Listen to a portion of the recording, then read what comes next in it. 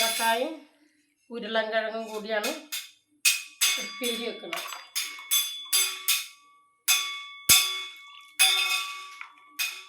നമ്മൾ വേവിച്ചതിന് ശേഷം കടുക് ഇറക്കാറുള്ളൂ.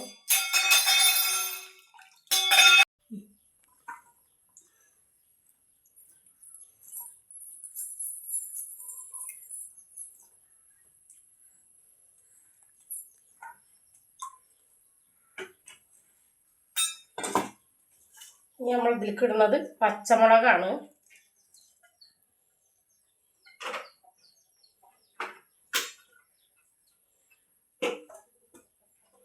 ഒഴിക്കുന്നത് വെള്ളമാണ്.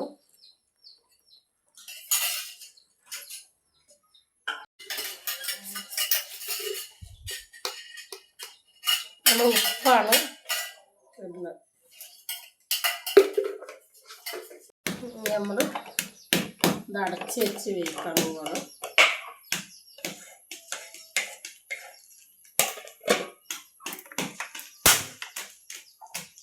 അപ്പം നമ്മൾ ഉപ്പേരി എന്തായി നോക്കാനാണ്. ഉപ്പേരിയുടെ വെള്ളമൊക്കെ വറ്റി പാകത്തിന് വെന്തു. ഇനി നമ്മളത് ഉള്ളി അരിഞ്ഞ് വെളിച്ചെണ്ണ ഒഴിക്കണം.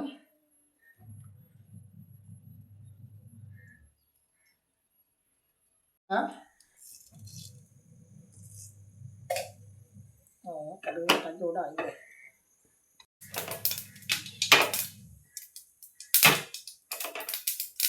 ഇനി നമ്മൾ 2 ഉണക്കമുളക് പൊട്ടിച്ചിടുന്നുണ്ട്.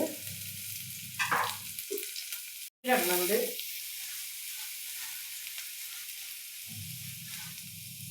കറിവേപ്പിലുണ്ടെങ്കിൽ തോരട്ടോളി, ഇല്ലെങ്കിൽ കുറച്ചിട്ടാൽ.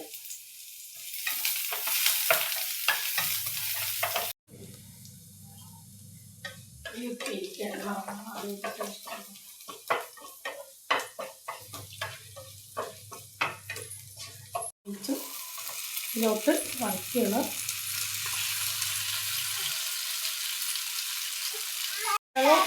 നേന്ത്രക്കായും കൂടെ ഉപ്പേരി വെക്കാത്തവരുണ്ടെങ്കിൽ ഒന്ന് വെച്ച് നോക്കി. പിന്നെ നല്ല ടേസ്റ്റാണ്.